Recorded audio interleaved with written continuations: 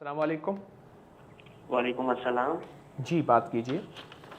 जी, मैंने पता करा था किंग साहब कि मुझे जो है ना एक्नी रह रही है काफ़ी अरसे से।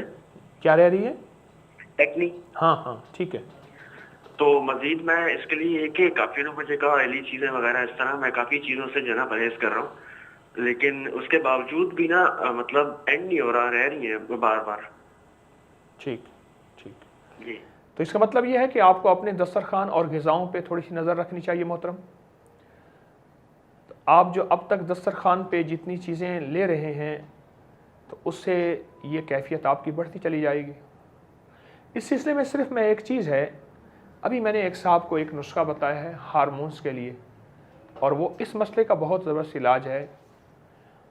सौंफ, धनिया, सफ़ेद ज़ीरा, इसमें आप सिर्फ इजाफ़ा कर लें छोटी इलायची और मिश्री का।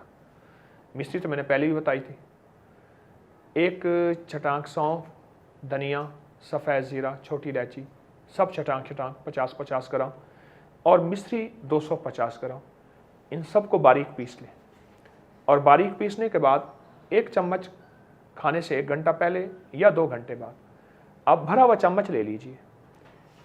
चंद दिन ले लें, इंशाल्लाह आपको बहुत फ़ायदा होगा, बहुत फ़ायदा होगा। बल्कि ये जो मैंने आपको ये छोटी इलायची, सौंफ, धनिया, सफ़ेद ज़ीरे का और मिश्री का नुस्ख़ा बताया है, ये मैदे की तेज़ाबियत के लिए, गैस के लिए, जलन के लिए, तबख़ीर के लिए, और खून के अंदर वो मवाद बढ़ गए हैं जिनको हम बहुत सारे नाम दें, बहुत सारे नाम दें, उन सब के लिए एक बेहतरीन फार्मूला है, एक बेहतरीन नुस्ख़ा है, और एक सेहतमंदी का एक बेहतरीन राज है। लेकिन अपनी ग़िज़ाओं पे ऐसी चीज़ों को शामिल ना करें जिनमें बहुत ज़्यादा चिकनाइयाँ और गोश्त का इस्तेमाल बहुत ज़्यादा है। गोश्त का इस्तेमाल ना करें। सब्ज़ियाँ, लेकिन उनमें भी चिकनाइयाँ और मसाले बहुत कम हो, ना होने के बराबर हो, तो इंशाल्लाह आपको बहुत फ़ायदा होगा। कच्ची सब्ज़ियाँ खाएँ, बल्कि सलाद खा के अपना पेट पहले सलाद से भर लें, फिर खाना थोड़ा खाया जाएगा। और जो सलाद है वो पेट को भी कम कर देता है और दुनिया की सारी एक्नियों से भी निजात दे देता है। इंशाल्लाह फ़ायदा होगा।